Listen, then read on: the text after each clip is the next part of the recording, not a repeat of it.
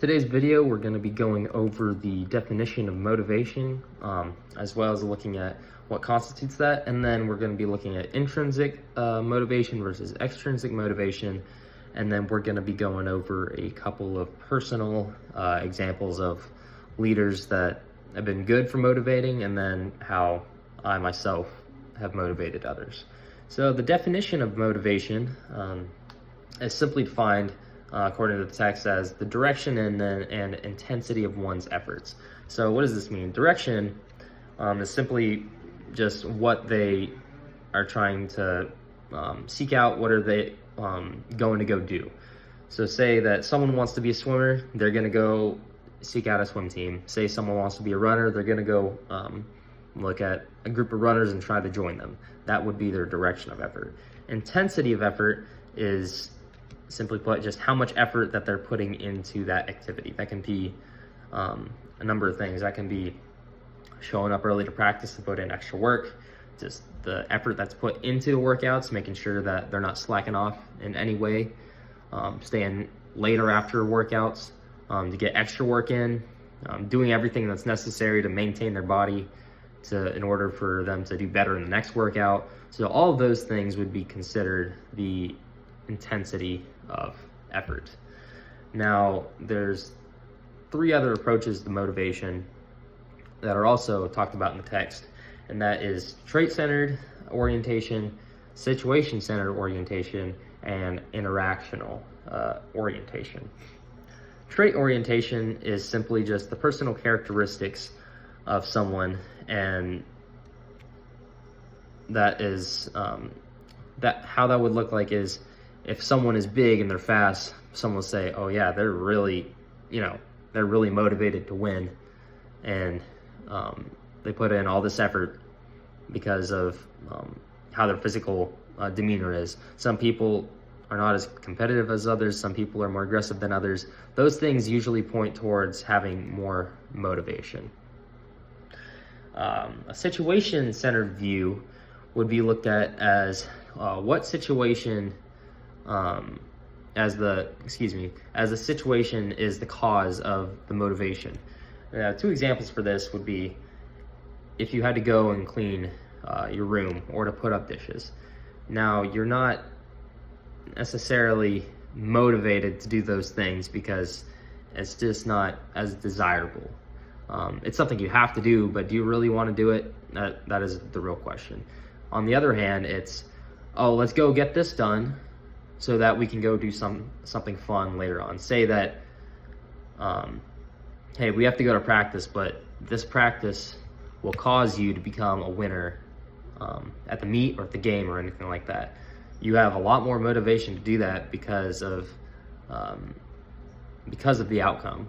Or that another example would be you go to practice and you really enjoy practice because you have a lot of friends there. You have coaches there that like to talk to you, that are good at instructing you. Those would be considered situation-centered points of view. Now the last one, the third one, interactional view, is not one or the other, but it's a mix. And this is more of, I would say, a more healthy way of going about motivation, simply because you don't stress too much on one thing or the other, and this can lead to a longer form of motivation that keeps the athlete in their field of sport.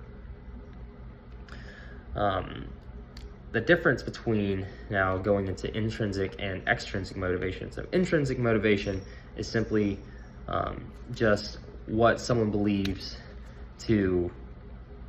that they will obtain that will help themselves.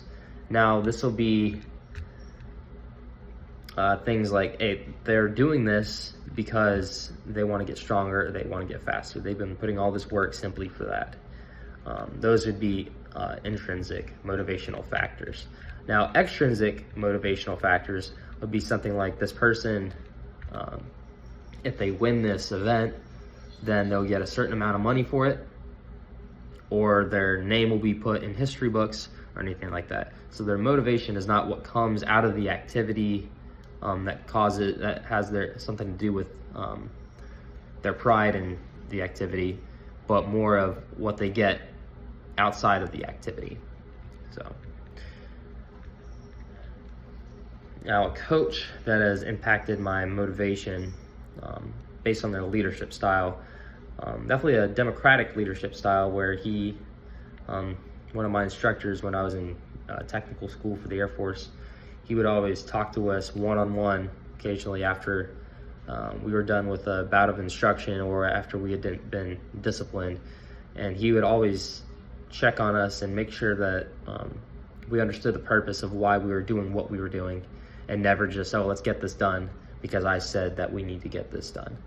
So that is something I really appreciated, because a lot of the military is just blind following, which has been getting better of knowing the reason why behind a lot of things.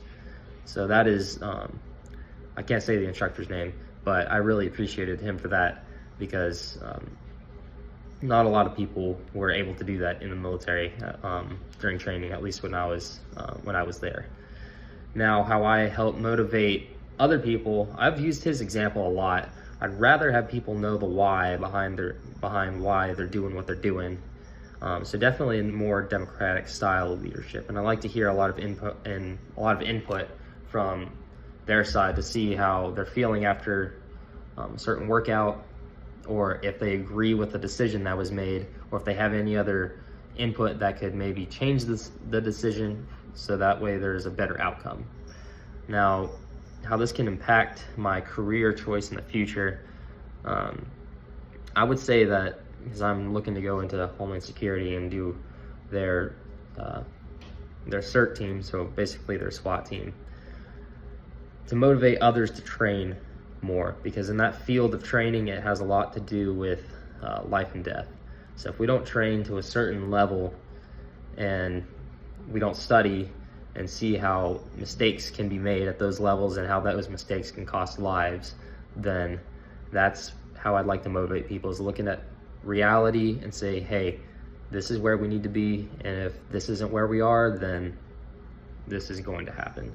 So that's something that I would like to take into my career, as I've seen many other people do that, namely my instructor. So, thank you.